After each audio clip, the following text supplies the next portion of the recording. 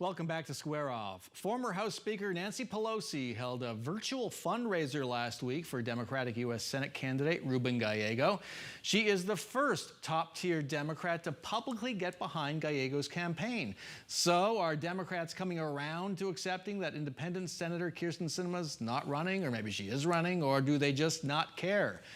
We're back with Chris Love, a lawyer and Democratic advocate, and Marcus Dellartino, a Republican consultant at First Strategic Communications here in Phoenix. Chris, what should Democrats make of Nancy Pelosi getting behind Ruben Gallego? I think that this is one of the things that will open the floodgates for other Democrats to join in supporting Ruben Gallego's campaign.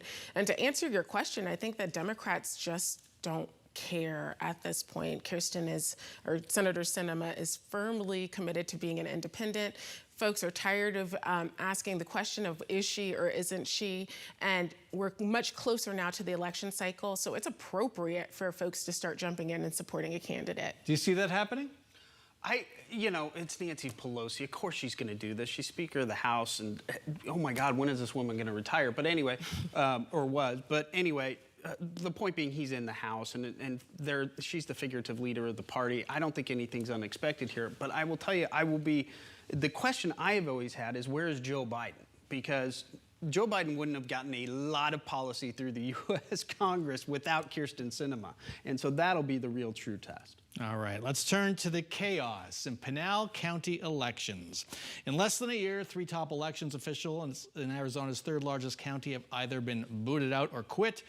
And how's this for a resignation letter from the latest elections director who's out the door, Jerry Roll. Roll said she had been subject to, quote, ridicule, disrespect, intimidation, and attacks on my reputation and ethics. She signed her resignation letter really not respectfully, and later told the local paper she can't be associated with these people. They're nuts. I think that's what the kids call a sick burn. Ever seen a letter like that one? I have absolutely not, and I got to tell you, I'm somewhat jealous. I wish there was a point in my career where I could have sent a letter that was like that, but that just never worked out well for me. Don't do it yet. We need you here. Yeah. Okay. Congrats to her. It's a brutal time to be an elections official anywhere in the country, but certainly more here in Arizona. 8 months till the presidential primary they're going to have to run there. Can this county get its act together? It's one of several counties that are having issues right now, and I'm afraid that they might not be able to. If, my personal hero now has left, and other qualified election officials have also left.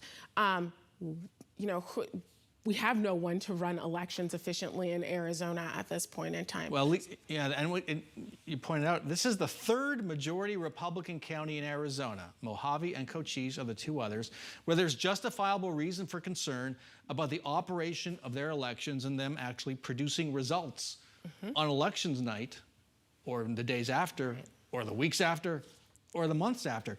Is this denialism in part coming home to roost?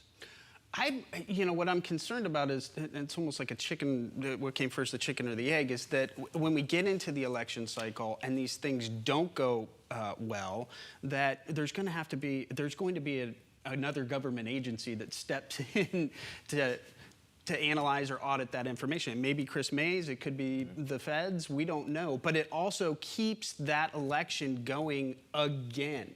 And, here's what voters want. They want it over with. They want shorter campaigns, not longer campaigns.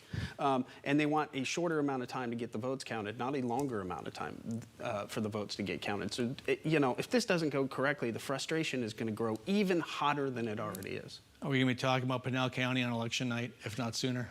Absolutely. I just don't see any way around it. I think that you're right. Absolutely. People want results sooner rather than later, and this is going to be another issue that will actually harm our democracy here in the state of Arizona. And again, these are Republican counties, which, wow, you wonder if you need an intervention by the party right now. Got to end it there. Chris Love, Marcus Dellartino, thanks for joining us, and happy 4th of July. Thanks. Same to you. Rootin' tootin'.